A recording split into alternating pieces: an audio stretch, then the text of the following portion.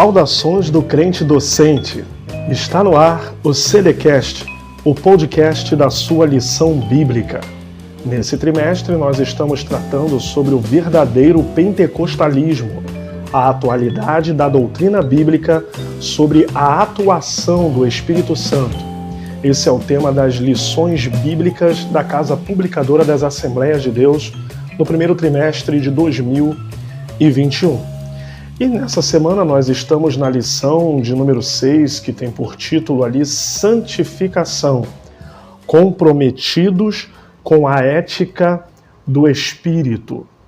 Eu sou Jailton Lima e nessa semana eu vou trazer para você um comentário para subsidiar a ministração do próximo domingo.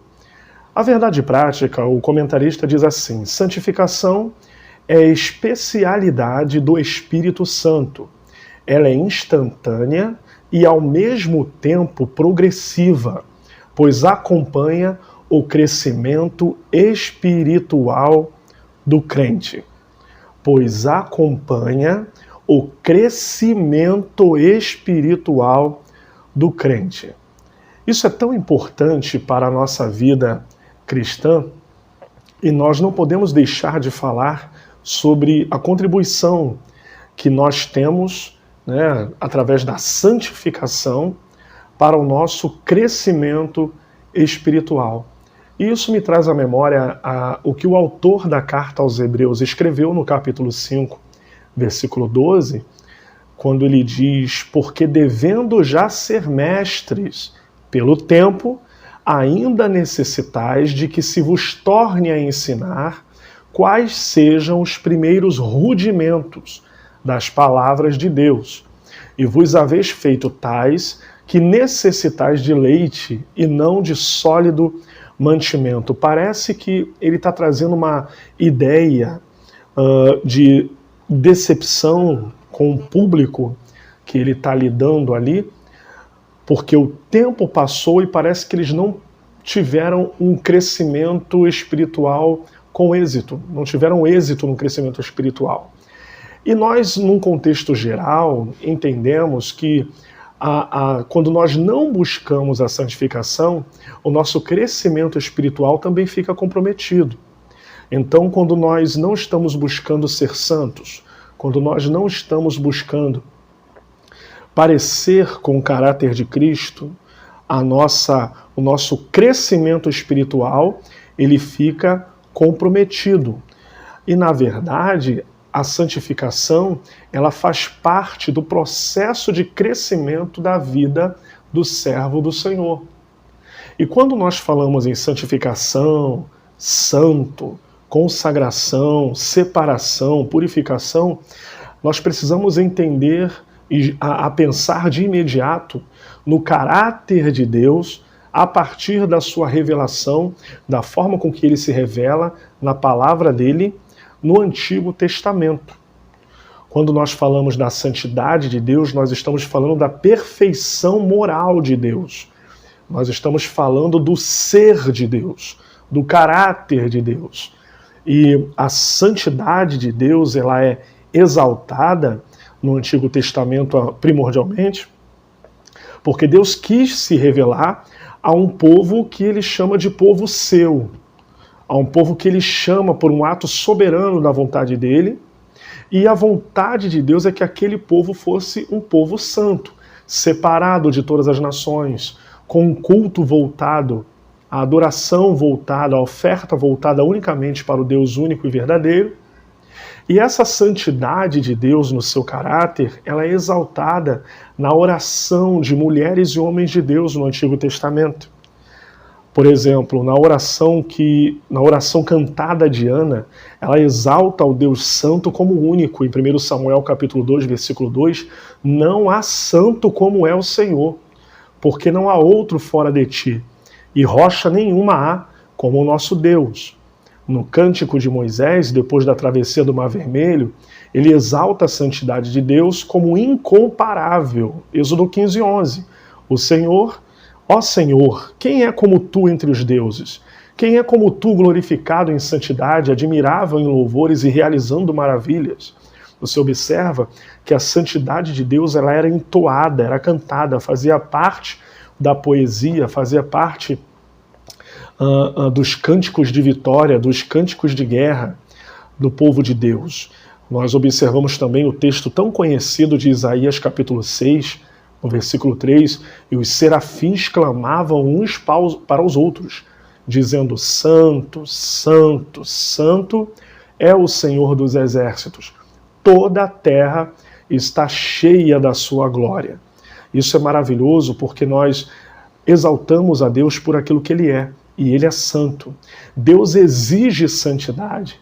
Ele é o único que pode exigir aquilo que Ele mesmo é, porque Ele quer que o seu povo se pareça com Ele, se comprometa com a ética santa dEle, em obediência à palavra e aos mandamentos dEle. A santidade de Deus, ela é comumente apresentada na teologia entre os atributos de Deus, sejam eles naturais ou especificamente morais, os atributos morais, como a bondade e a justiça de Deus. A bondade, ela é acompanhada da santidade de Deus, a justiça, o ser justo de Deus, é acompanhado da santidade de Deus. Deus é bom, bom e santo. Deus é justiça, justiça e santidade.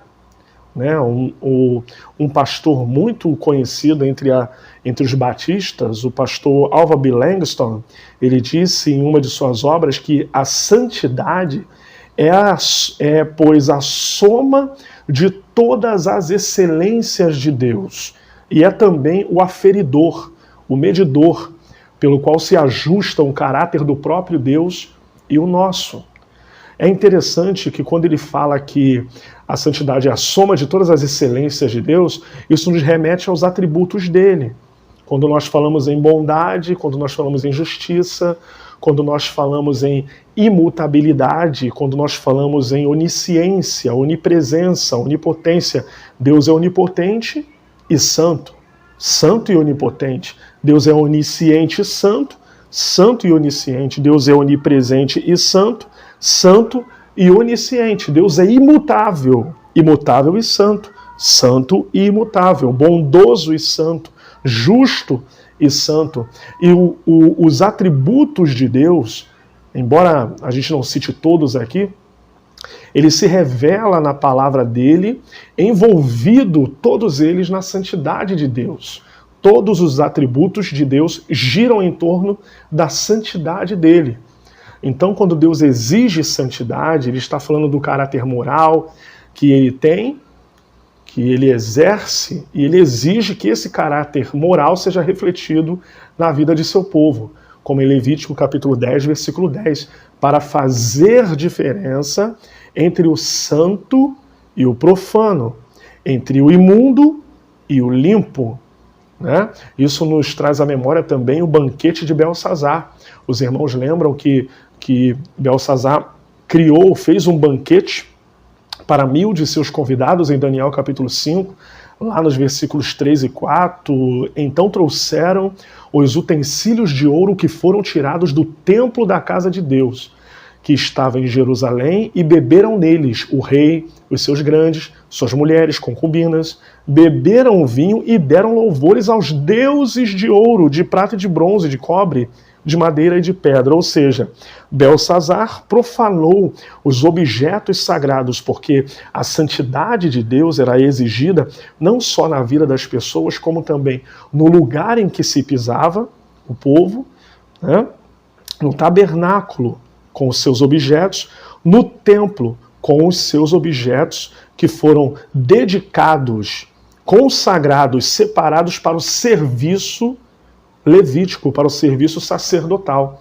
Os objetos no Antigo Testamento, ainda que inanimados, eram objetos consagrados, eram objetos dedicados à santidade de Deus. Então Belsazar, ele pegou os objetos que Nabucodonosor tinha capturado de Jerusalém, colocado nos seus guardados reais. Belsazar pega esses utensílios que haviam sido consagrados lá na terra de Israel e profana, usa a seu bel prazer aquilo, comprometendo ali, né, os objetos que haviam sido consagrados, profanando aquilo que Deus tinha colocado como santo. E o fim, os irmãos lembram, né? Daniel capítulo 5, aquela história que misteriosamente aparece uma mão escrevendo na parede contra Belsazar e o reino dele. Passou de ti o reino, né? Passou de ti o reino, Menemene Tekel Parsim, foi pesado na balança, foste achado em falta. Então você vê que com a santidade de Deus não se brinca. Com a santidade de Deus você não pode brincar ou comprometer na sua vida, no seu dia a dia, nos seus negócios, na sua família, no seu ministério, comprometer a santidade de Deus. Então nós observamos que Deus, no seu caráter, ele se manifesta e manifesta-se através de sua santidade. Amém? Então, no Novo Testamento, é bom que fique claro que aquilo que Deus considerava como profano no Antigo Testamento, no Novo Testamento continua sendo profano, porque Deus não muda o seu caráter. Tudo que é condenável na Bíblia Sagrada, na Palavra de Deus, continua sendo condenável até hoje, porque Deus não muda, ele é imutável. E a santidade de Deus, ela é atrelada à imutabilidade dele também.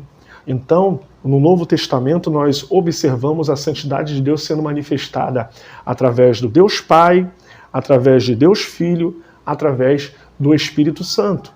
1 Coríntios capítulo 6, versículo 11, Paulo escrevendo sobre a contraposição a uma vida santa, em 1 Coríntios 6, versículos 10 e 11, depois ele primeiro fala da devassidão moral e da prostituição, e depois ele diz para a igreja no versículo 11 de 1 Coríntios capítulo 6, mas haveis sido lavados, mas haveis sido santificados, mas haveis sido justificados em nome do Senhor Jesus e pelo Espírito do nosso Deus. É o Espírito Santo atuando na santificação instantânea e progressiva do crente. Em 1 Tessalonicenses 5, 23, um texto muito conhecido, e o mesmo Deus de paz vos santifique em tudo, ou seja, a santificação completa, e todo o vosso espírito, alma e corpo, santificação abrangente, sejam plenamente conservados e irrepreensíveis para a vinda de nosso Senhor Jesus Cristo. A santidade dos crentes, né, ligada à vinda de nosso Senhor Jesus Cristo. E ainda em 2 Tessalonicenses 2,13, um outro texto muito conhecido, mas devemos sempre dar graças a Deus por vós, irmãos, amados do Senhor, por vos ter Deus elegido desde o princípio para a salvação, em santificação do Espírito e fé da verdade. A santificação também ligada à fé e à verdade. Então nós observamos que a santificação no Novo Testamento, ela tem a mesma conotação de separar-se das coisas do mundo, de afastar-se dos desejos da carne, de matar a carne, espiritualmente falando, né, para que você tenha uma vida reta e justa diante de Deus.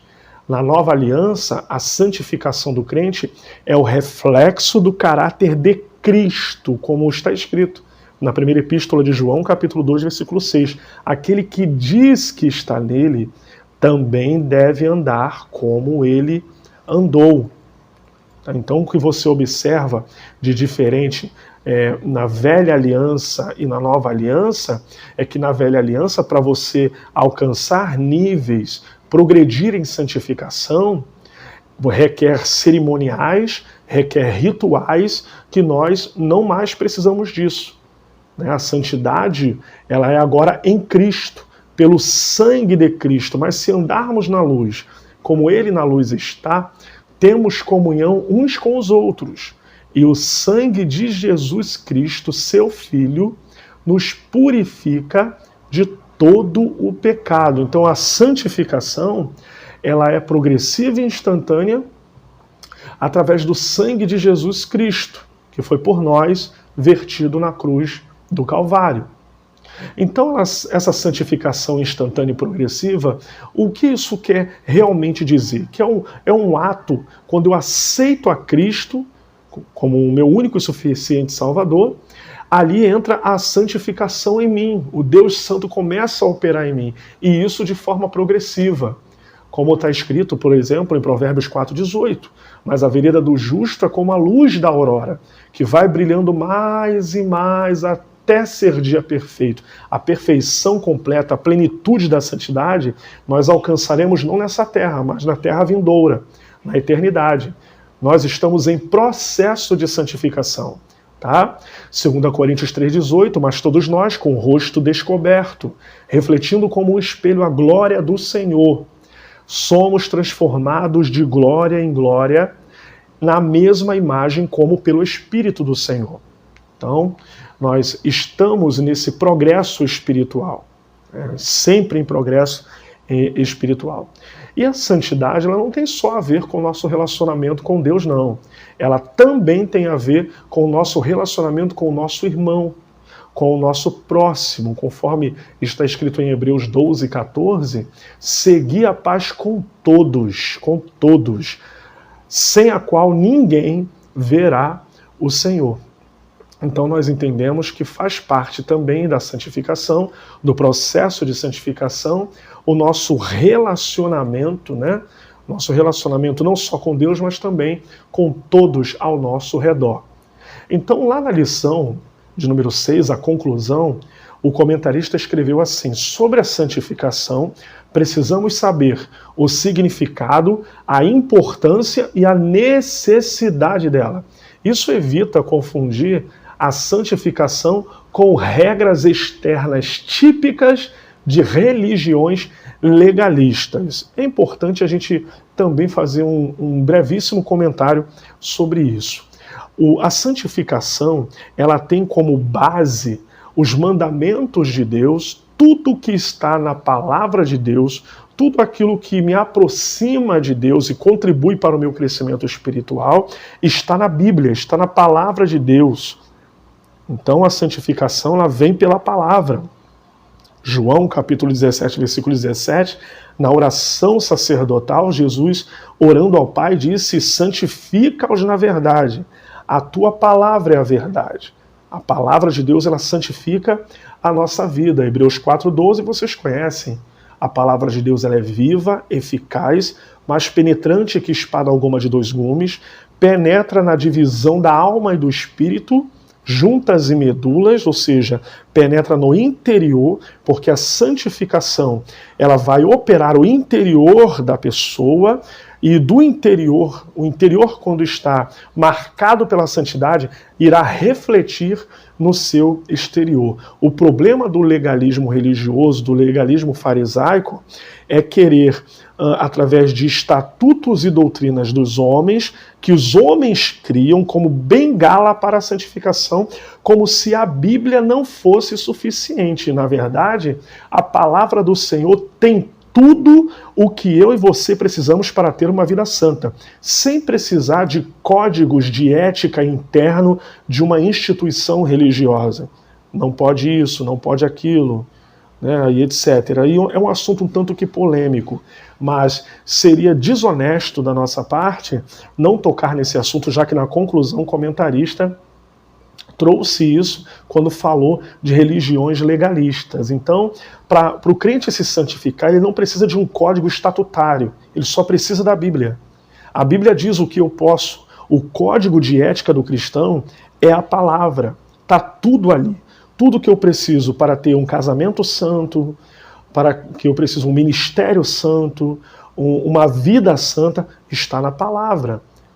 Está na palavra. O código de ética é a palavra de Deus sempre em primeiro lugar. Então não adianta doutrinas dos homens tentar colocar cabrestos e bengalas com trajada de doutrina bíblica, quando na verdade são costumes humanos, né, meramente humanos, inventados para ajudar o povo a se santificar. Nós não precisamos disso. Um grande pastor, um grande evangelista, ele disse o seguinte, que santidade também é o que eu faço em oposição ao pecado. E tudo isso, para tudo isso, eu tenho a instrução da palavra de Deus. Para nós encerrarmos também, vale lembrar que a nível de cultura do reino, Nós temos ou somos uma nação. Somos chamados de nação santa, ou seja, nação separada, nação consagrada, nação dedicada para serviço do rei. No contexto de reino, nós somos uma nação. E toda nação tem uma cultura. E nós, como reino de Deus, nação santa, nação de Deus, nós temos a nossa cultura. Então, a nossa cultura se contrapõe à cultura do mundo. Lembrem-se de Romanos 12, que todo mundo conhece. Rogo-vos, pois, irmãos, pela compaixão de Deus, que apresenteis o vosso corpo em sacrifício vivo, santo e agradável a Deus, que é o vosso culto racional. E não vos conformeis com este mundo, mas transformai-vos pela renovação do vosso entendimento, para que experimenteis qual seja a boa, agradável e perfeita vontade de Deus. Então, a nossa cultura é uma cultura diferente do mundo. Muita coisa que o mundo aprova, nós reprovamos e sempre vamos reprovar, por causa da santidade de Deus em nós. Tá certo? Então, nós somos presos então a uma santidade? Não, a santidade nos faz livres. Nos faz livres. Nós somos livres em Deus e a santidade reflete o caráter de Deus em nós. Tá certo? Que você tenha uma excelente aula no próximo domingo e fique com esse pequeno subsídio para abrir a sua mente, para você pesquisar. Eu quero aproveitar e indicar para você duas obras importantes. Para eu tentar ser assim imparcial, eu vou indicar uma teologia sistemática muito boa, uma teologia sistemática de Loiberkoff, é uma teologia sistemática de linha reformada, mas de um excelente material de estudo, mas eu também quero indicar a teologia sistemática pentecostal, que é da Casa Publicadora das Assembleias de Deus. Você tendo essas duas obras, você consegue ter uma linha doutrinária, uma linha de pensamento doutrinário com excelência e com verdades bíblicas para você estudar, aprender e crescer na graça e no conhecimento. Vou repetir: teologia sistemática de Loiberkoff e teologia sistemática pentecostal. Tá bom? Deus abençoe sua vida. Um grande abraço do Crente Docente. Deus abençoe.